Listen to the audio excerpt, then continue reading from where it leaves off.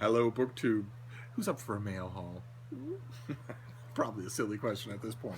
But let's see what we have here. First one's from Grey Wolf Press, uh, and it is by. Oy, it's a Norwegian name. Oh god. Oh my god. Uh, Gaute Haval. Uh, let's just call her Gail Hickey. Across the China Sea is the title of it. This little girl with a little kitten in her hands. Look at that. That's an archival photo. You know, the first thing I always think with archival photos like that uh, doesn't even say the date on it. The first thing I always think is that the child and the pet are both gone, long gone. Uh, so aren't I fun? So this was out in early September.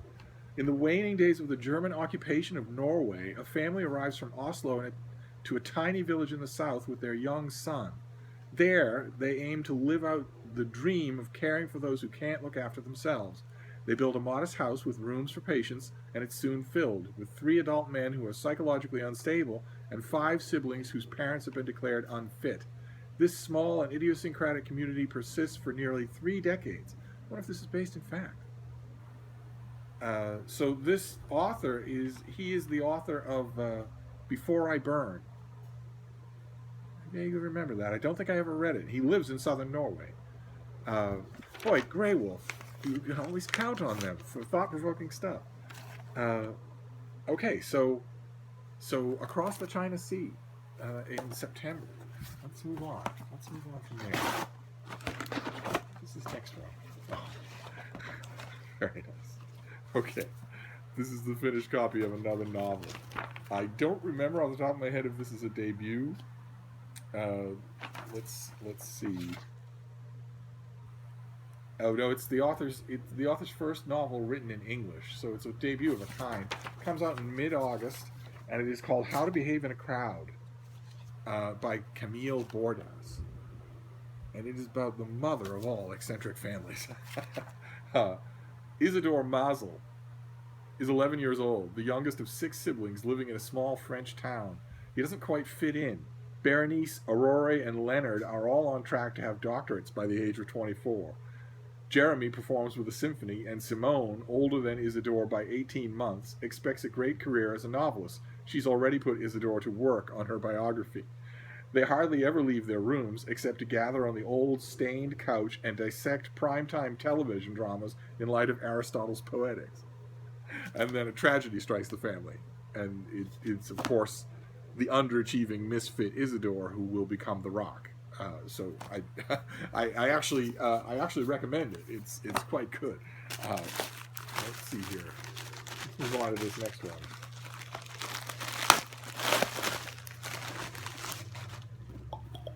It's a paperback of some kind. Oh, great. All right, it's another novel. It comes out next year. It comes out in January. Wow. So it doesn't even have a place on my bookshelf. My bookshelf right now is in perfect homeostasis. The top shelf is August, and the thing has just enough shelves to cover the rest of the year. August, September, October, November, and then December, and that's it. So all the 2018 stuff I get has got to wait. It's got to go elsewhere until we're through August, and I can move everything up a shelf. But this is called The Immortalists by Chloe Benjamin. And it is, let's see here. If you knew the date of your death, how would you live your life? It's 1969 in New York City's Lower East Side, and word has spread on the arrival of a traveling psychic who claims to be able to tell anyone the day they will die.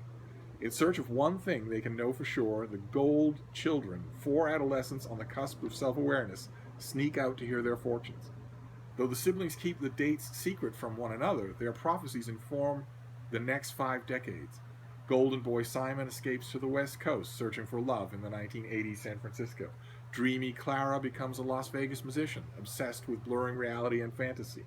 Elder son Daniel seeks scrutiny as an army doctor post 9/11, or seeks security, sorry, hoping to control fate. And bookish Varya throws herself into longevity research, where she tests the boundary between science and immortality. And Claire Benjamin is the author of a book called The Anatomy of Dreams, uh, which won some awards.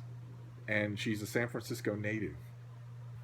And now she lives in beautiful Madison, Wisconsin, and is, like me, 28 years old. uh, Great. All right. So this is another novel. Sounds good. Comes out next year. The Immortalists, a book about what you would do if you knew the exact date of your death. Not uh, the exact method and roughly the time between now and that date of death. That is already known to anybody who becomes a tobacco addict.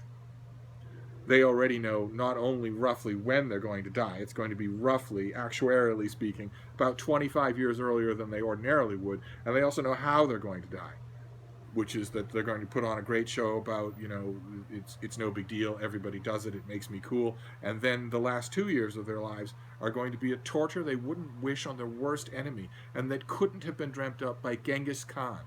If you described it to him, he would have said, that's going too far. but 18 to 25-year-olds still love the idea.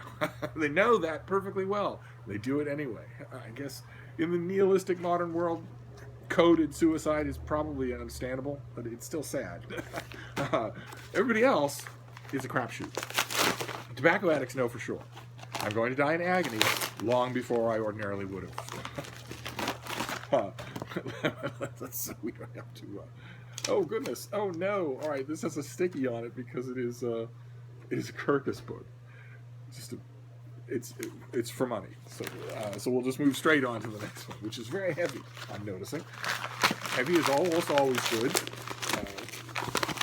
Let's see what this is. Oh my God! Fantastic. Black Lizard Press. Some of you, I've seen their books in your background. They do enormous anthology volumes that are incredibly good. They're all edited by the legendary Otto Penzler, and this is the newest one. This comes out in October, and it is the big book of rogues and villains. This is what it's going to look like. Look at that. That's all. They're just the best anthologies imaginable.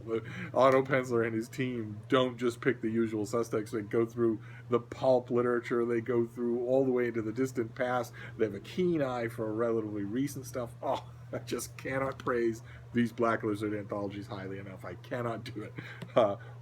Their book on pulp fiction is probably still my favorite. It's just incredible. But let's see here. The best mysteries, whether detective, historical, police procedural, cozy, or comedy, have one thing in common: a memorable criminal.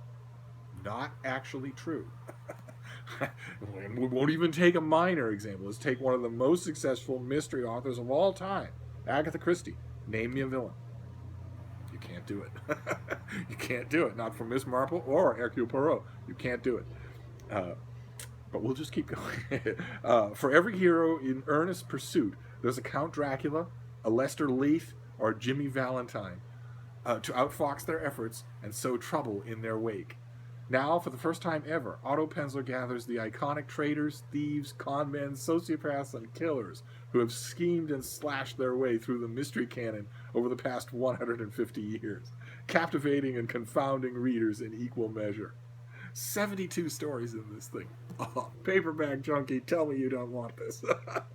Oh my. Oh, fantastic. All right, well, so there you go. The big book of rogues and villains doesn't get any better than that.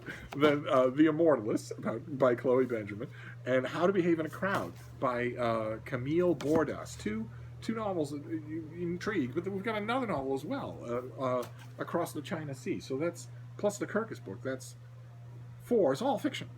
And yet, Steve is not vociferously complaining. Perhaps I'm not feeling well. Don't you worry. I'll be back to being a crabby old grouch in no time. Thank you, Book 2.